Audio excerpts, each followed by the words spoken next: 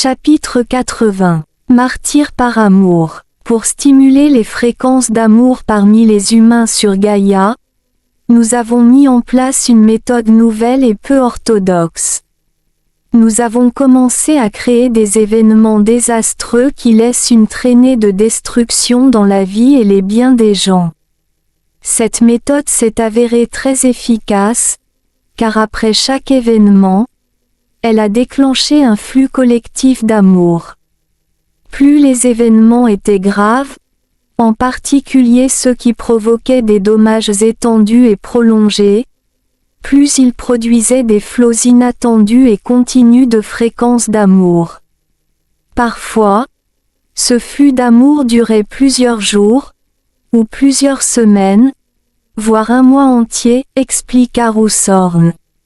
Mais cela semble injuste, surtout pour ceux qui doivent faire face aux difficultés et aux souffrances causées par ces catastrophes, répondis-je. Eh bien, si tu appliques les mêmes règles que celles utilisées auparavant, cela n'est sûrement pas juste, mais si tu vois les choses du point de vue de l'univers, tu comprendras que chaque âme qui a souffert lors de ces catastrophes l'a fait volontairement.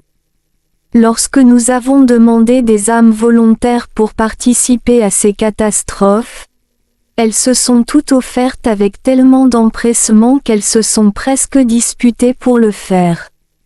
Guillemets doubles. Pourquoi ont-elles fait cela? Demandai-je, perplexe. Parce que chaque âme volontaire gagnera le droit de renaître à l'ère de la nouvelle énergie, sans avoir à affronter l'apocalypse imminente.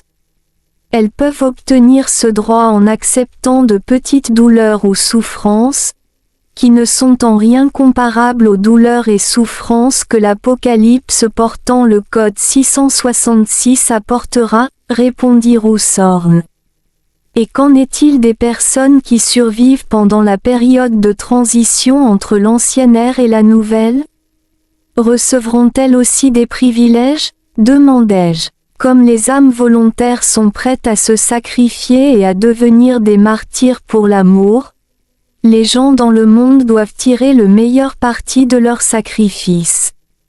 Ceux qui restent doivent montrer une abondance d'amour pour survivre à cet événement crucial. Ils doivent être prêts à donner de l'amour à tout moment et à n'importe qui, expliqua Roussorn. Il poursuivit. Mais ceux qui se montrent indifférents ou qui ne manifestent pas cette qualité ne seront même pas enregistrés par les techniciens de service. Ils seront considérés comme des pierres ou des objets sans valeur.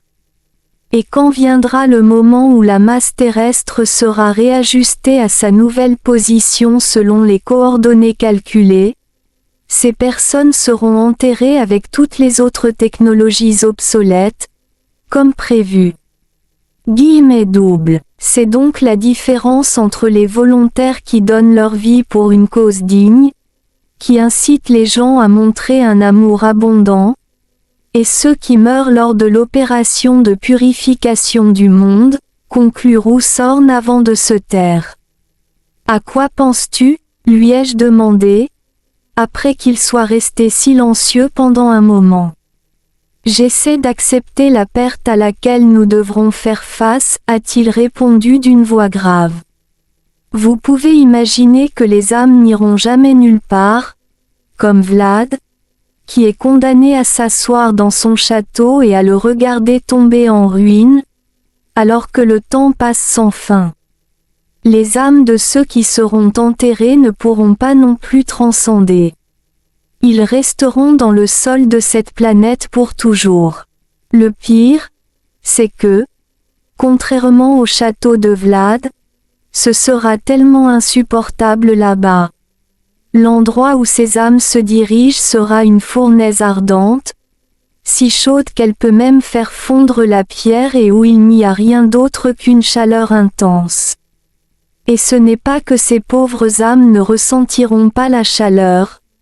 Au contraire, elles ressentiront encore tout autour d'elles comme si elles étaient vivantes. La différence est qu'elles n'auront plus jamais la chance de voir le ciel, de sentir l'eau fraîche des ruisseaux, d'entendre les oiseaux chanter ou de sentir le parfum des fleurs.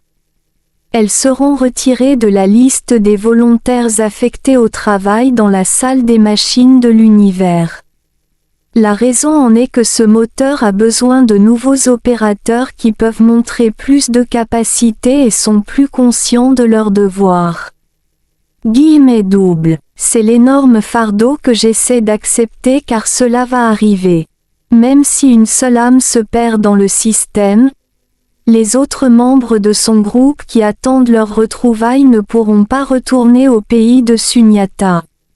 Même lorsqu'ils sont au paradis où ils trouvent le bonheur et vivent une vie éternelle, au fond de leur cœur, ils auront toujours le désir de revenir et de se réunir avec la source, qui est leur but ultime, a déclaré Roussorn.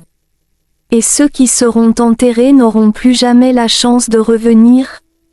Je lui ai demandé. Roussorn sembla réfléchir attentivement à sa réponse avant de répondre. Il y a eu une circonstance similaire dans le passé, un événement qui a eu lieu il y a environ 8000 ans, à l'époque de l'Atlantide. À l'époque, les plaques tectoniques de la Terre sont entrées en collision, provoquant l'enfouissement de millions d'âmes.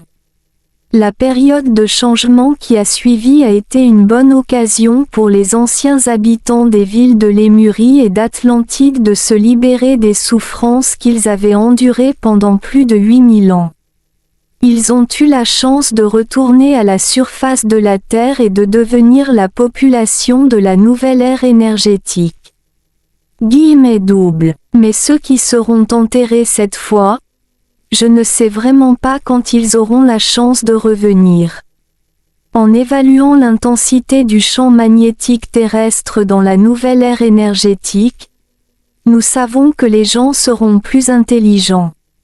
S'ils sont plus intelligents, ils vivront leur vie de manière plus consciente et feront moins d'erreurs dans la façon dont ils traitent l'environnement et les uns les autres. Ensuite, il ne sera pas nécessaire de créer une autre catastrophe pour manipuler les plaques terrestres, de sorte que la possibilité que cela se produise est beaucoup plus petite, et il se peut même que cela ne doive plus jamais se reproduire. Ainsi, la chance dont nous parlons sera très rare, voire peut-être pas probable du tout, a déclaré Roussorn.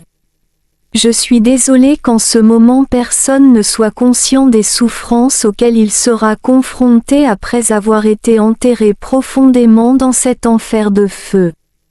Je souhaite qu'au moins une des âmes enterrées de l'Atlantide revienne maintenant pour partager avec votre peuple son expérience de la vie dans le monde souterrain et parler de ce que l'on ressent en traversant ces souffrances pendant 8000 ans. C'est dommage qu'aucune âme ne soit autorisée à se lever avant son heure. Je suppose que toutes les âmes conviendraient que personne ne devrait jamais être enterré, pas même une seconde. Guillemets doubles. Ce que je fais en ce moment, c'est de retarder l'événement le plus longtemps possible, car si je laisse cela se produire maintenant, nous estimons que 90% de la population mondiale serait enterrée. Et ce serait la plus grande perte spirituelle depuis le début du monde, Roussorn fit une pause avant d'ajouter. Et maintenant j'attends une personne qui peut nous aider à minimiser cette perte. Guillemets doubles. Alors, qui pourrait être cette personne? J'ai demandé avec curiosité, car il faudrait que ce soit une personne très spéciale. C'est un grand homme, celui qui annoncera le commandement universel comme une ligne directrice sur la façon de vivre à l'ère du nouveau champ magnétique. Il guidera tous ceux qui l'écoutent à travers la période de la grande purification du monde. Il sera le chef spirituel de l'ère de la nouvelle énergie dans le futur, et le moment venu, il ne sera pas seul, a déclaré Roussorn d'un ton inquiétant. Désolé, maître Roussorn, je dois avouer que je ne comprends pas la dernière partie, ai-je admis.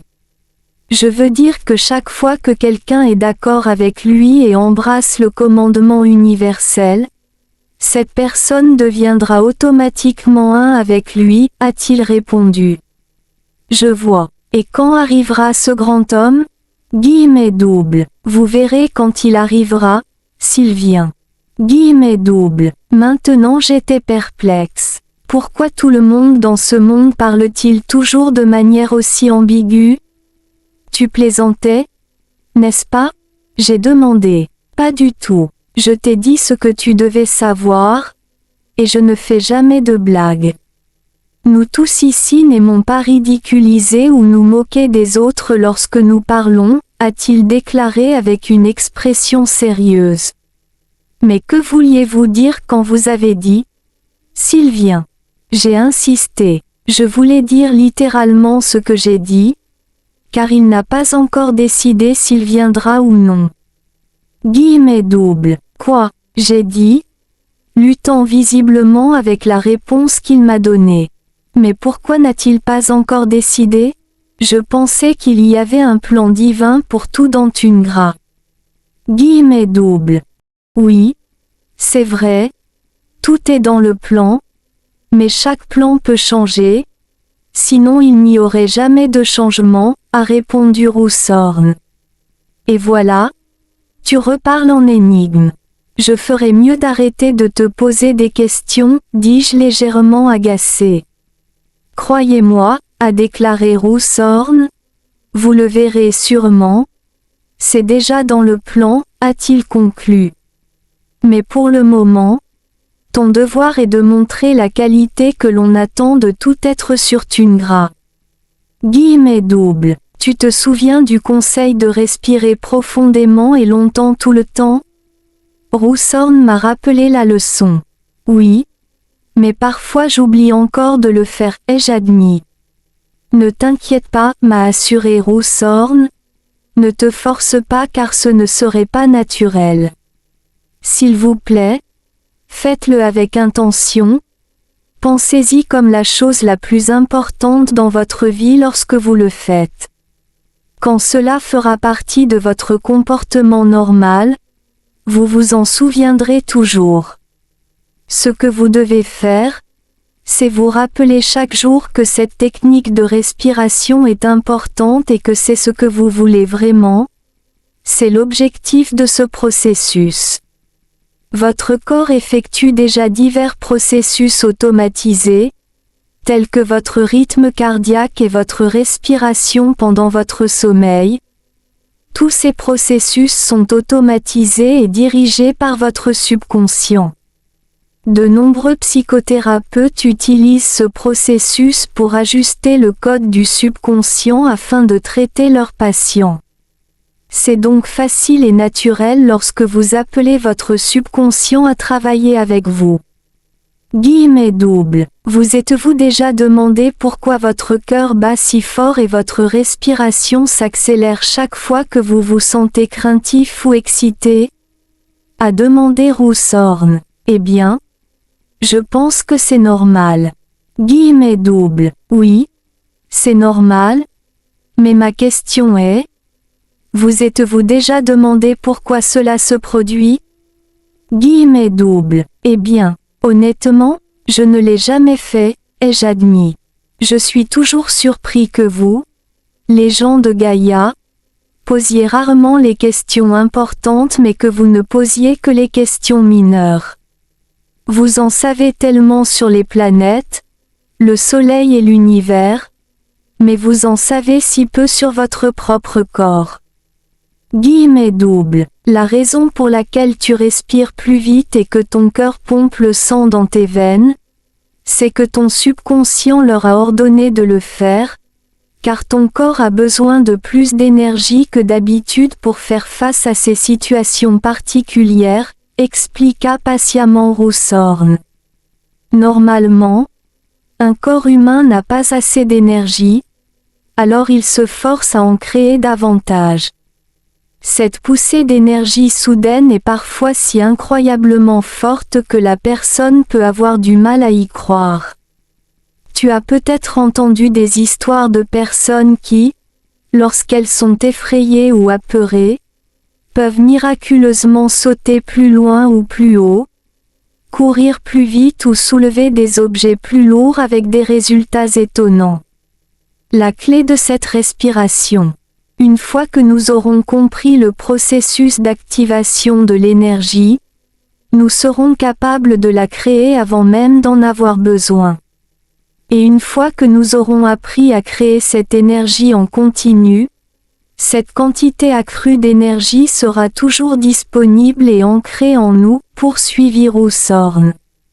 Tu ne t'en rends peut-être pas compte, mais les personnes dotées de capacités spéciales, que tu appelles souvent des magiciens, sont toutes passées par ce processus en utilisant cette méthode spécifique.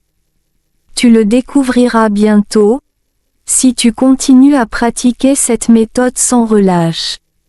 Fais-le comme si ta vie en dépendait, dit Roughthorne d'un ton sévère. Très bien. Je suivrai strictement vos instructions comme conseiller, ai-je accepté.